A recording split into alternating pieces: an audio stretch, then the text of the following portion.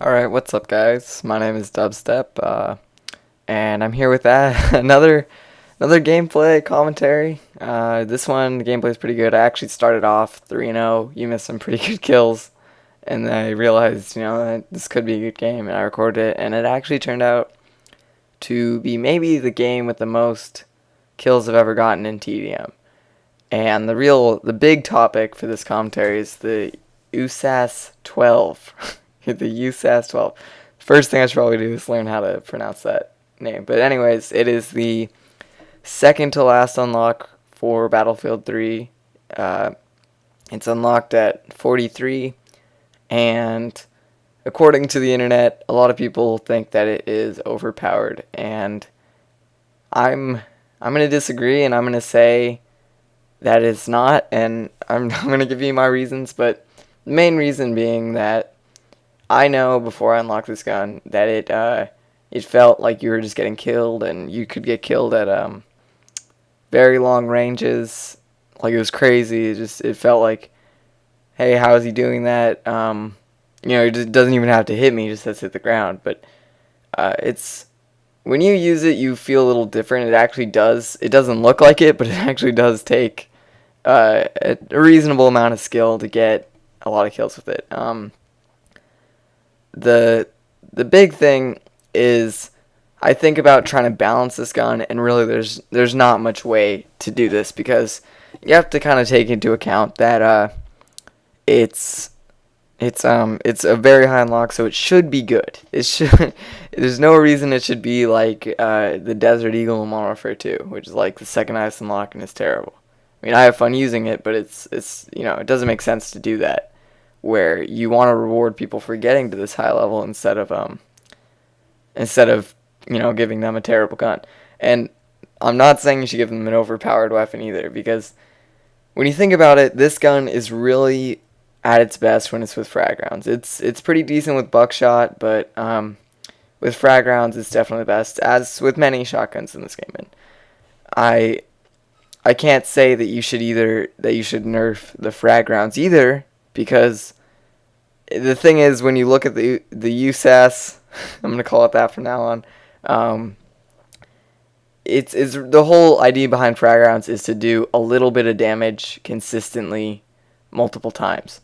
It's hard to get one-shot kills. If you shoot him in the head with it, it will be a one-shot kill.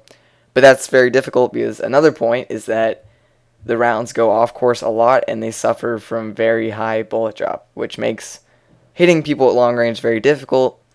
But the whole idea behind it, which was what I was saying, is that you do little damage consistently, quickly, and it adds up to a kill. And if you use frag rounds on a Sega or something with less fire rate, you'll see it's not anywhere close to as good as the USAS.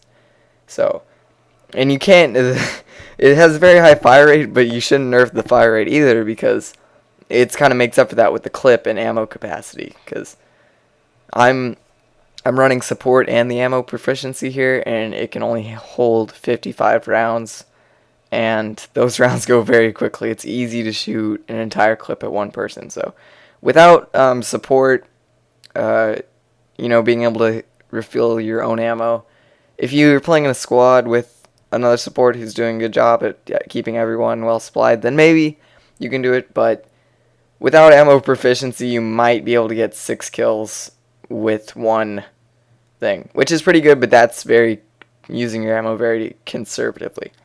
And so what I'm trying to get to eventually is that when it boils down to it, this gun is very good, but it's not overpowered in the way that it's kind of made already balances it, in that the fire rate is high, but the clip is small.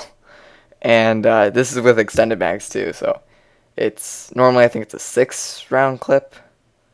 Well, I mean 5, but you get the one in the chamber, so something like that. I think that's what it is. I'm not completely sure, but I definitely don't think it's overpowered.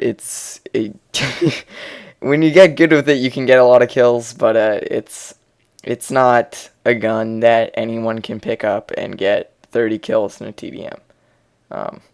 So that's my say, and that's pretty much the end of that topic. I should probably think of more topics for it, but in other news, the video thing, I feel like I'm gonna be able to make more videos more kind of consistently and more often, so should keep you guys entertained.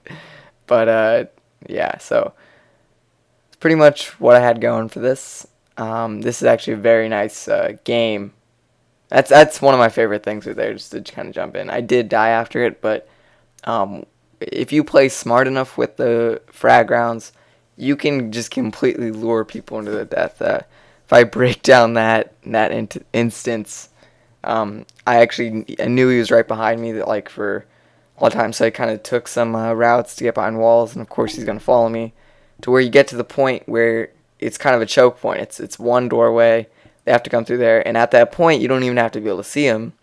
You can just shoot at the ground in the doorway and get a kill. And I know that sounds kind of overpowered, but I think you earned it by trapping them there. And I don't know. I feel like to really judge this for yourself, you have to be able to use it, and obviously that might be more difficult for some because it is unlocked at such a high level. But that's my take on it. I think you guys should try it out for yourself if you have Battlefield, and if you don't have Battlefield, you should get it because it's a great game. But actually kill yourself there. That's another con, is that it's very easy to kill yourself if you get take damage and then you accidentally shoot into like the side of a wall like that. But back to what I was saying about the gameplay, is this is actually a very good gameplay.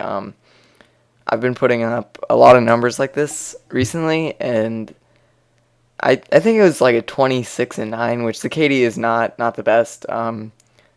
But I did die a lot of ways, or I died in that way a lot. I actually get revived here, but just kind of a lot of stupid deaths. I could have done much better, but the whole thing is, out of 100 kills for your team, if I'm getting a third of them, I think that's pretty good. So great gun. Great game. I'm going to try and get even more. I'd like to actually see if the objective or the game mode matters to you guys, because I like playing Conquest the most. I'll very, very upfront with that. TDM is much easier to use because it's shorter, and you know that it's not going to go over 15 because sometimes Conquest goes to like 20. Same with Rush.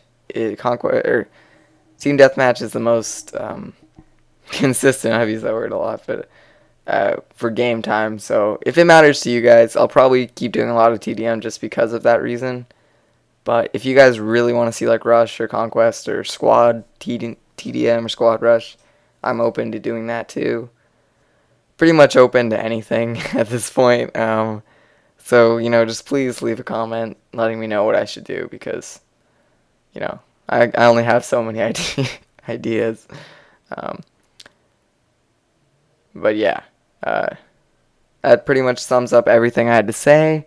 Thank you for watching. Like I said earlier, final score is 26-9, I believe. Not completely sure about that, but yeah. Well, thanks for watching. Goodbye.